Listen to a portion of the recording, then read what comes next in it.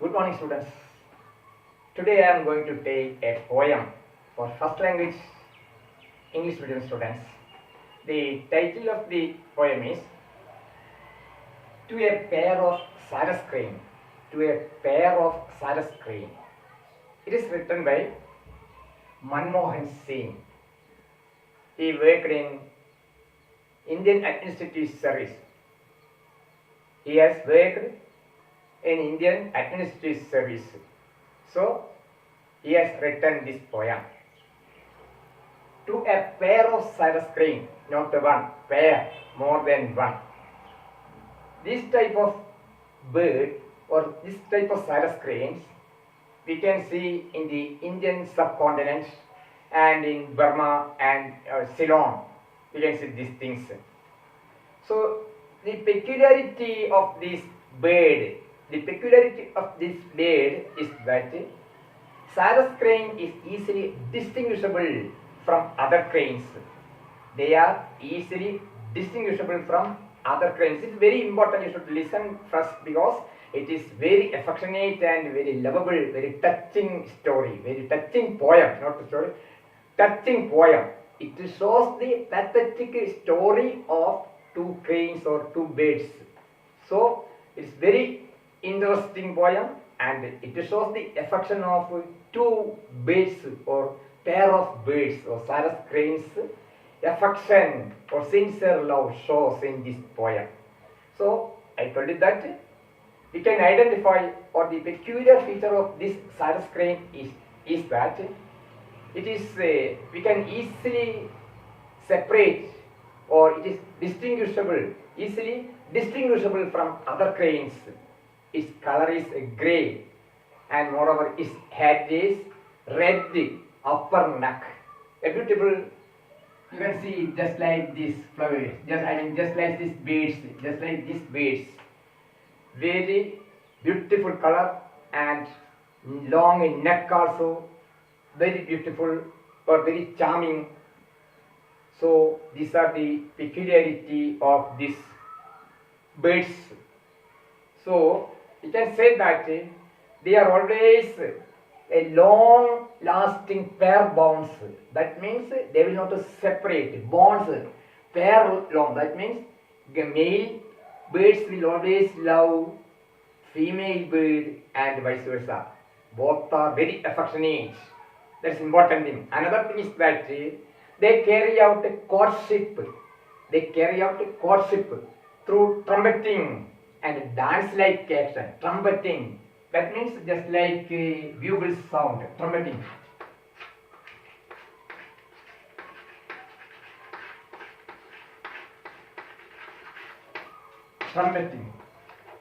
Just like a bugle sound. Sometimes it will make like a bugle sound. And moreover, sometimes it will do like the action of a dance. So, they carry out the courtship. Courtship means just like of a romantic involvement before marriage is called courtship. So, this is a peculiarity of this bird. They will carry out courtship.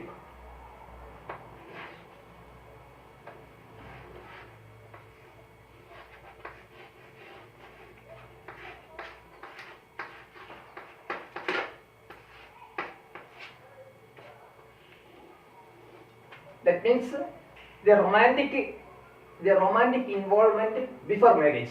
It is called courtship. So the peculiar character of this bird is that they carry out this courtship, and moreover they will always show affection to each other. Sometimes they will make very bugle sound, just like a bugle sound, or that is called a trumpeting. And sometimes they will do action, like dance action, they will do dance action also. That is the peculiarity of this poem. In India, the number of these birds are going to decline. Moreover, in India, it is considered as the symbol of matrimonial symbol. In India, it is considered as the symbol of matrimonial symbol. It is a belief among Indian society. So firstly, we can see what is the story of this poem. This is very beautiful story, very touching story. One day, one male Sarus crane stretched his long neck to see the sunrise. One day, male Sarus crane touched his neck to see the sunrise. Immediately, he was shot by a hunter. He stretched the neck to see the sunrise because he liked to pull out the sun which was hiding behind the edge of the skyline.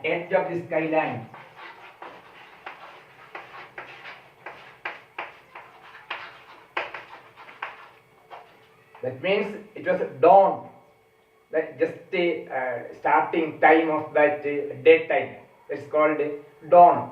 So this Sarus crane, male Sarus crane, he stretched his long neck to welcome or to see the sunrise, which was hidden, or he likes to pull out the sun from the edge of the skyline. Skylines means the starting place, or the, like for example, this is sky and this is earth. So this place, the surrounding, you can see the place which we are seeing surrounded to ice. That is means skyline, touching between earth and sky. Touch between the line which touches the earth and sky is called a skyline. So the sun is about to rise. It was on the verge of rising. Here the poet says that the sun shows some reluctance, some shows some hesitation, or some shows to dislike to come out or to rise. Because the poet thinks that, the poet imagines, or the poet explains that when the Sarus crane was shot by the cruel hunter or brute hunter, the sun did not like to come out. That's what. Some show some reluctance or hesitation or dislike to rise, because before that beautiful Sarus crane stretched his neck to see the sunrise. At that time, what happened? A hunter came, and it was shot. And after that, his neck was completely humiliated. His neck was completely humiliated. He did not get any dignity. The hunter was very brute mind, callous, you can say. He was very callous. His mind was very callous or cruel mind. So after shooting, he just put in a dirty linen, dirty clothes, a dirty bag. He did not give any dignity to that bird. He just put it in a dirty linen bag. He was humiliated. His beautiful neck was completely humiliated. No dignity was given to that bird. But the female or the partner, his partner, tried to cry, weep, and it is just she circled around that place where that bird was dead or died, or where bird was shot. That female bird began to circle around that place, and then he just searched to find some remaining feather of that bird. Lastly, he saw some blood-stained feather.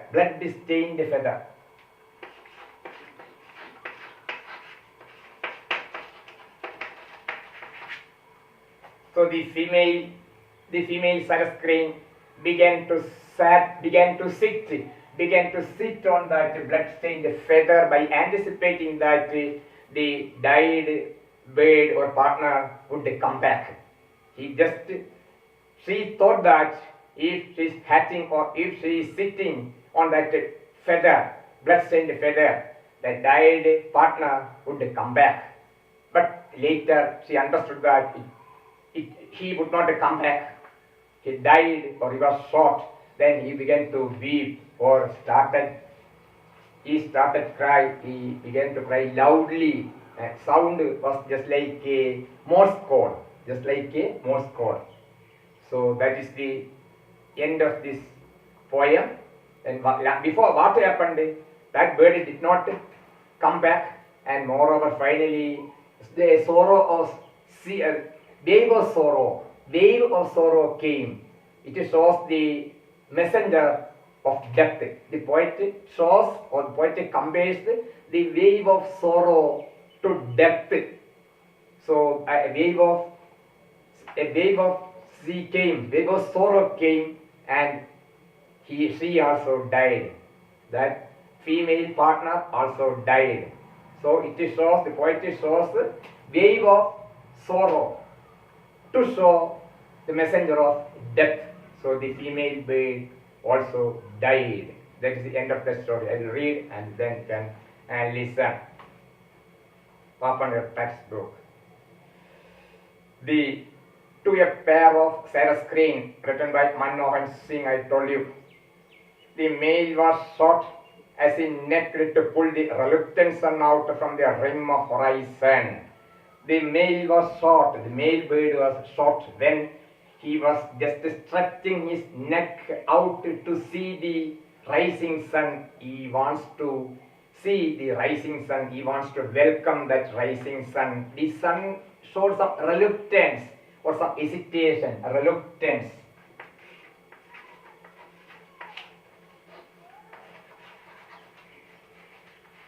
Reluctant, hesitation, dislike.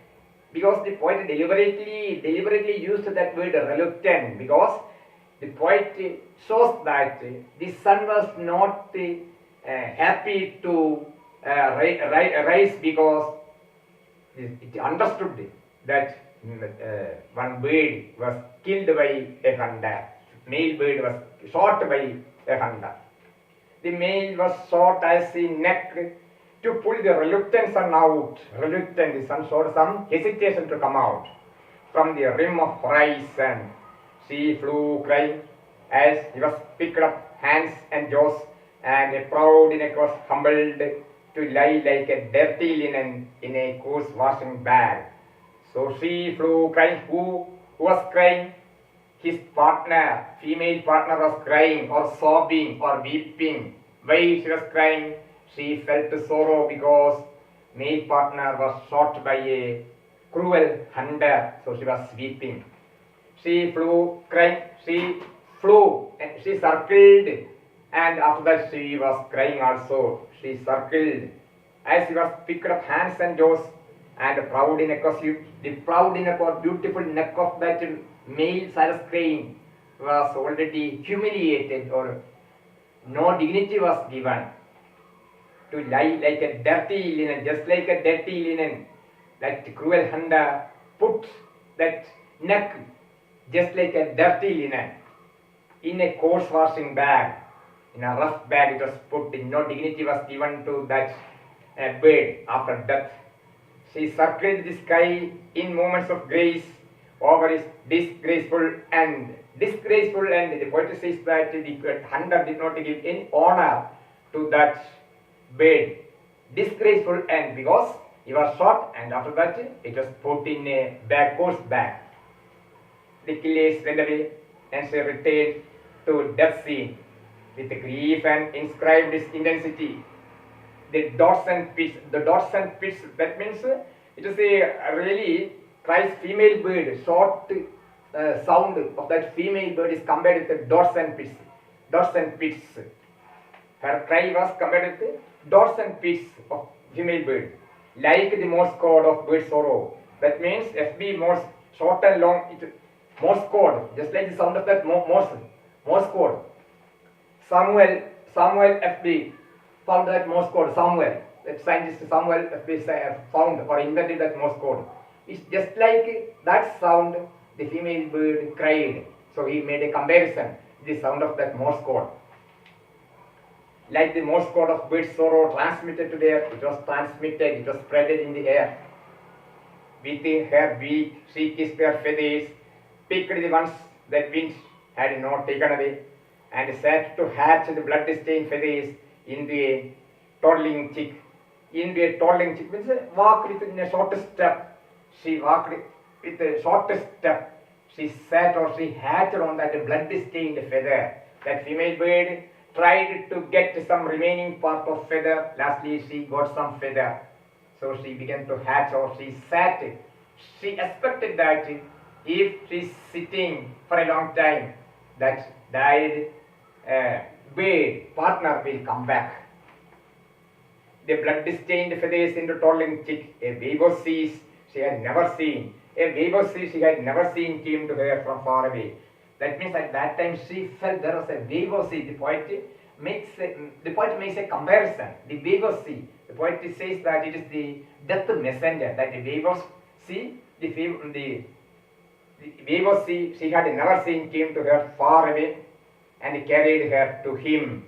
She went away beyond human words, beyond the legends and fables of human love. So it shows that this bird also died with her partner. This bird also died with her partner. She also died with her loving partner. So the poet says this thing. So really, it is very touching.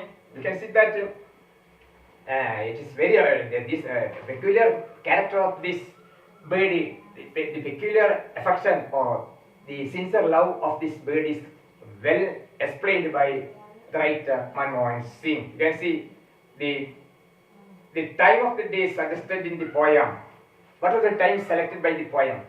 The poem, what was the time when that bird was shot? That means sunrise. When it was sunrise, the bird, male bird was stretching his long neck to see the sunrise. So sunrise was the time. At that time, he was shot by whom? By a cruel hunter. Then the sun is described as a reluctant sun. Why? The sun is described as a reluctant sun. But reluctant because the sun, the poet says that the sun showed some hesitation or dislike to rise because it understood that male partner was already shot. One Sarus crane was shot by a hunter. So just to show that sympathy, just to show that sad news, the sun did not like to rise in the east. Sun did not like to rise in the east. The sun showed some dislike to rise in the east. Sun was not ready because he understood that a male bird was shot. How was the majestic neck humbled by the hunter? How was we understood? We have already explained. We have already understood that his neck was very beautiful and his color was grey color and head was red. I mean the color of head was neck. But that beautiful neck was humiliated or disgraced, or it was not. He did not get any dignity because the hunter after killing that bird, the hunter took that neck and put in a horseback. No dignity was shown there.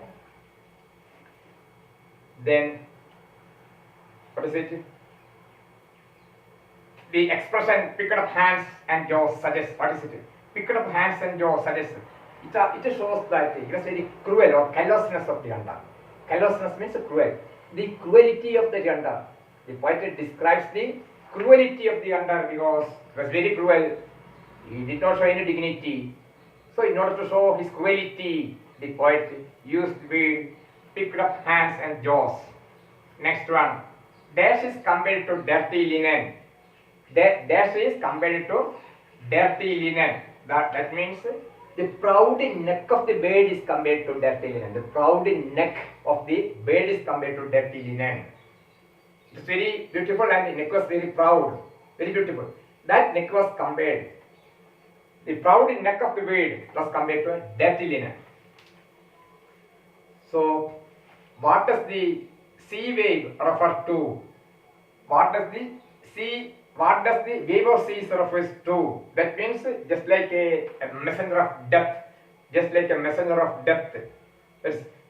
Here, why had not the female bird seen before? Really, we saw that there is a declining.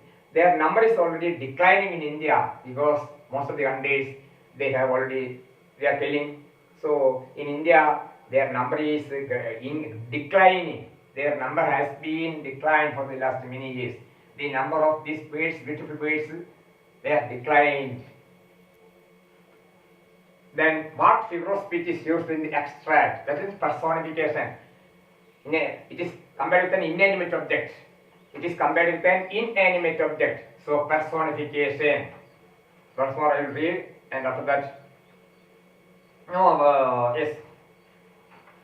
The male was sought and he necked to pull the reluctant son out from the rim of her eyes. She flew crying, and he was picked up hands and jaws, and proud neck was humbled to lie like dirty linen in a course of washing back. She circled the sky in moments of grace, over his disgraceful end. The gillies went away, and she retained to death's scene, with grief and inscribed its intensity in dots and pits, like the Morse code of birds' sorrow transmitted to the air. With her beak she kissed a few feathers, picked ones that wind had not taken away, and said to hatch the blood-stained feathers into toddling chick. A beaver she had never seen came to her from far away, and carried her to him. She went away beyond human spirits, beyond the legends and fables of humans' love. So really, this Hume's birds, he wrote many poems of birds, which is so in India, Ceylon and Burma. Hume's birds. He has written many things, many lines about this type of birds. That is called as Hume's birds.